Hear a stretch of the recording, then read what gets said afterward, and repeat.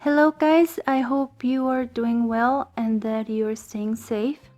Today we're going to talk about should. How do we use it? We use it as a conditional to give advice and to talk about a weak obligation. And I say weak obligation. Marco una obligación débil porque recuerdan que hace unos días hablamos acerca de una obligación que tiene más peso. Remember, we used must. And we use it with verbs in infinitive, but without the to. O como ustedes a veces lo identifican, que son verbos en presente que no están conjugados. And it doesn't have any compound tenses. No tiene tiempos compuestos ni progresivos. First, we are going to talk about different situations where we can use should. Diferentes situaciones en las que utilizamos should. The first one is as an advice or obligation. Remember, advice, consejo, or obligation, obligación. If you see in the first picture or div, you see that it says you shouldn't smoke. No deberías de fumar. You should work out more. Deberías ejercitarte más. Should I ask her? ¿Debería de preguntarle? Entonces, haciendo una comparación con must, si recuerdan utilizábamos must para dar también consejos. O por decir, este enunciado de aquí se puede ver como una prohibición o como un consejo también. You mustn't smoke. Pero recuerdan que yo les decía que este tipo de consejos era casi como un regaño, ¿verdad? La persona que nos está dando este consejo lo hace con una intención de mucho anhelo de que sigamos ese consejo. You mustn't smoke. Y el otro, you shouldn't smoke, puede verse como un, pues no deberías de hacerlo. Es un consejo también, pero con menor peso, ¿ok? Aunque a veces lo pueden ustedes ver que se utiliza de manera indiferente, pero sí hay una diferencia, al menos en el grado o en el peso que tienen de la intención con la que se dicen. Entonces, por decir, si ustedes lo quieren utilizar, tienen que saber realmente con qué intención lo están haciendo, si es como un consejo, pero de menor peso, o si es un consejo porque es alguien que les importa mucho y ustedes realmente quieren que lo haga y casi es como un pequeño regaño, entonces ya utilizarían must. Dependiendo de la intención, también sepan que pueden usar uno u otro. Es bueno que conozcan la diferencia entre uno y otro para que sepan distinguirlos y también saber en qué momentos probablemente ustedes lo escuchen utilizado de manera indiferente. Okay, so the next situation is this one. We can use it to talk about the future and the past. Para hablar del futuro y el pasado. Let's look at the sentences. You should come tomorrow at around 10. Tú deberías venir mañana alrededor de las 10. Where should I go in a month? ¿A dónde debería de ir en un mes? She should have stayed. Ella debió haberse quedado. ¿Pudieron identificar la temporalidad en la que están? Bueno, vamos a verlo. Las indicaciones aquí de los tiempos se hacen con expresiones del tiempo. El primer enunciado dice tomorrow. Tomorrow. Entonces, esta expresión del tiempo es la que me está indicando el futuro. Igual pasa en la pregunta, where should I go in a month? Entonces, estas dos me están hablando acerca de el futuro y el pasado. En las dos, aquí están indicando un poco acerca de sugerencias o de consejos. Pero si se fijan, nada en la oración cambia. El verbo o la forma en la que utilizamos el modal should. Lo único que le estamos agregando es la expresión de tiempo. Entonces, ¿qué expresiones de tiempo podemos utilizar? Puede ser un futuro inmediato o un futuro muy lejano. Por decir, yo puedo decir in an hour, en una hora. De aquí a una hora ya es un futuro, ¿verdad? Aunque sea muy inmediato, incluso pueden ser minutos. También puedo usar expresiones que no me indican un tiempo específico, por decir later, que es luego, later. O puedo utilizar in a month, in a year, in 10 years, in a century, como yo quiera utilizarlo, ¿ok? El chiste es de que tengo que utilizar una expresión de tiempo, porque esto es lo que me va a indicar que estoy hablando yo acerca del futuro. Y la última que tenemos ahí, she should have stayed. Este enunciado expresa algo que debió ser diferente en el pasado. Esto nos quiere decir que es una situación que no es real, son esas expectativas o esa idea que nosotros tenemos que debió de haber pasado antes. No pasó así, pero nosotros hacemos mucho esos comentarios, ¿verdad? ¿Cómo hacemos esta oración? Utilizamos el presente perfecto, que utiliza el auxiliar have y el verbo en pasado participio. Ok. And the last one, la última situación que vamos a ver es to make assumptions or deductions. Es para hacer suposiciones o deducciones. ¿Sí? Suponemos algo o hacemos una deducción a partir de algo. Let's look at the sentences. He is not here. He should be at school by now. Él no está aquí. Él debería estar en la escuela en este momento. Okay, so in here we are making an assumption. Estamos haciendo una suposición, suponemos o que es de esa manera, o deducimos que porque no está aquí, pues él debería de estar en la escuela.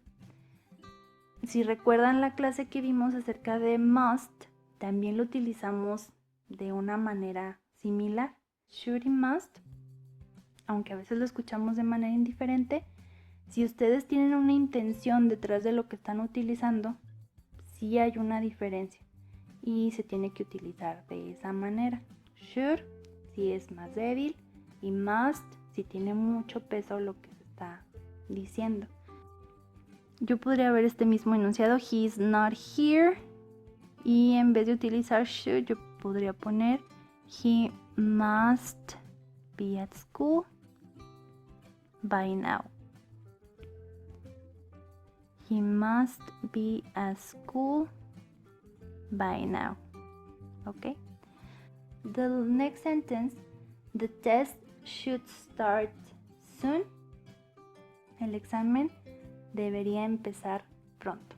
Entonces aquí tenemos igual que es una suposición de algo que conocemos. El examen va a comenzar pronto. Si alguien llega y nos pregunta, pues nosotros tenemos ya esa idea de que falta poco para el examen.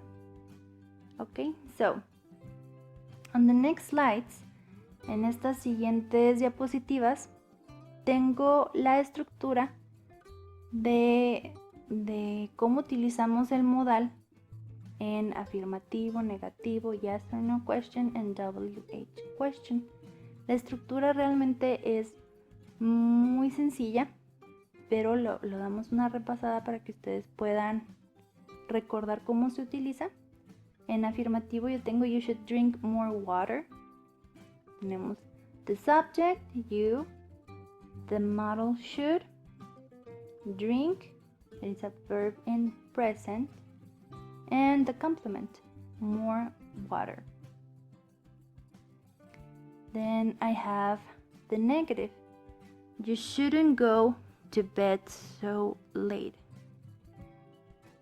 No deberías de ir a la cama tan tarde. Subject, you. Then I have the modal with not. Tengo el modal con not. Recuerden que shouldn't aquí es la contracción, pero realmente tengo should not.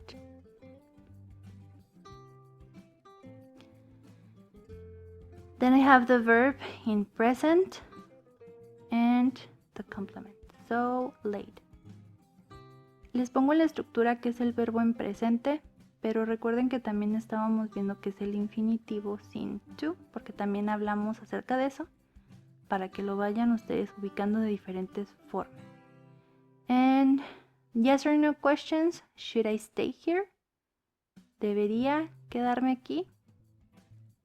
Should, modal should, luego tenemos the subject, then the verb in present or the infinitive without the to, and the complement here. Ahora aquí si se fijan y ustedes vayan analizando los patrones siempre de las yes or no questions, que si nosotros lo ponemos como afirmativo, yo tendría I should. Y es la estructura pues más sencilla, ¿verdad? Solamente cambio el orden de estos dos y ya tengo la estructura del yes or no question. Pero es importante recordar que hay un cambio, ¿sí? Hay un cambio en el orden. Es para que sea un poquito más sencillo. Ustedes tienen el afirmativo I should. Si yo hago una pregunta, voy a cambiar ese orden. Should primero, o el modal primero, y después el sujeto. Cuando contestamos estas preguntas, necesitamos seguir cierta coherencia al momento de responder. Me refiero a la coherencia con el modal o el auxiliar que se utilice, el sujeto y la temporalidad que hablemos. Yo no puedo contestar con otro modal, no puedo contestar con otro sujeto y no puedo contestar, si me preguntan en presente, usualmente no voy a contestar en otro tiempo. Hay sus excepciones, pero mayormente traten de recordar eso, tiene que haber siempre una coherencia. Entonces si aquí me pregunta should I stay here, vemos que tenemos el modal should, tenemos el sujeto I y estamos utilizando presente, ¿verdad? Entonces para contestar recuerden que yo puedo contestar yes o puedo contestar no, y usualmente esto se acompaña de una respuesta corta con coherencia con lo que vimos aquí. Ahora, yo les estaba diciendo que el sujeto no se cambia, pero en esta situación les voy a poner el ejemplo en español. Si yo pregunto, oigan, ¿me debería quedar aquí? Ustedes no van a contestar, sí, yo me debería quedar aquí. ¿Por qué? Porque yo estoy haciendo la pregunta acerca de mí y las demás personas me van a contestar con tú. ¿Qué debería yo hacer? Ah, tú deberías hacer esto. Entonces, en esta ocasión, la coherencia tiene que ver con que se está haciendo una conversación. Bueno, esto a menos de que yo me esté preguntando a mí mismo, ¿verdad? Vamos a verlo primero de esa forma. Si yo pregunto, ¿should I stay here? No, I shouldn't stay here. Si se fijan, es como una situación más o menos mental. Cuando nos hablamos a nosotros mismos, ¿me debería quedar aquí? Pues no debería de quedarme aquí. Entonces sí voy a seguir esa coherencia, ¿sí? Con I. Pero si yo le estoy preguntando acerca de mí, acerca de mi situación a otras personas, entonces esas personas me van a contestar con otro sujeto. Que yo debería de quedarme aquí, no, tú no deberías de quedarte aquí. Espero y vean eso, que está esa conversación. Entonces ellos contestarían, si yo les pregunto a otras personas, pero si yo les pregunto a mis amigos si yo me debería quedar aquí, mis amigos contestarían yes, you should, or no, you shouldn't. Sí, tú deberías de, o no, tú no deberías de. Very good. And then we have the WH questions, que son para buscar información que no tenemos. We can use why, where, when, which, who. Y tengo la pregunta, why should I stay here? ¿Por qué debería de quedarme aquí? Entonces tengo una WH question, the model, the subject, the verb in present or un infinitivo sin to y el complemento, the complement here. Y para contestar estas preguntas, why should I stay here? ¿Por qué debería quedarme aquí? Recuerden que mayormente las respuestas a estas preguntas es con la estructura afirmativa, una estructura afirmativa completa. Yo no puedo contestar con yes or no. No debo de hacerlo, ¿verdad? Aquí me está pidiendo información, entonces lo tengo que hacer de manera completa. Ok, entonces tengo la pregunta, why should I stay here? You should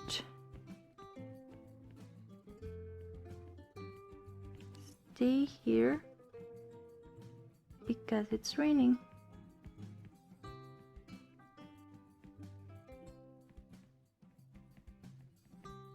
Aquí me está preguntando el por qué, ¿verdad? Entonces, why, contesto con because. ¿Por qué?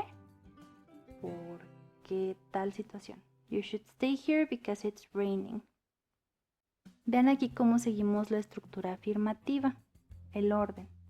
Tengo subject, model, verb, and then complement. ¿Ok? Bueno, y ya que terminamos de ver las estructuras, nos quedamos con que tenemos situaciones y estructuras. ¿Cómo se mezclan estas dos? Lo que pasa es que las estructuras las utilizamos en diferentes situaciones. Por ejemplo, aquí en should, for advice or obligation, tenemos un negativo, you shouldn't smoke. Tenemos un positivo, you should work out more. Y tenemos un yes or no question, should I ask her? And then let's go to the future and past. Tengo afirmativo, you should come tomorrow at around 10. Tengo a WH question, where should I go in a month? Y tengo otro positivo, she should have stayed. Y for assumptions or deductions, bueno, aquí los dos están en positivo. Entonces, si se fijan, yo tengo las estructuras que es lo único que me indican es el orden de las palabras que yo tengo que utilizar, cómo las debo de ordenar. Y las situaciones pues ya son en contexto. ¿Por qué quiero utilizar el should? Y estas situaciones o contexto en el que las utilice se pueden utilizar con cualquier estructura de las que estuvimos viendo. And that will be it for should.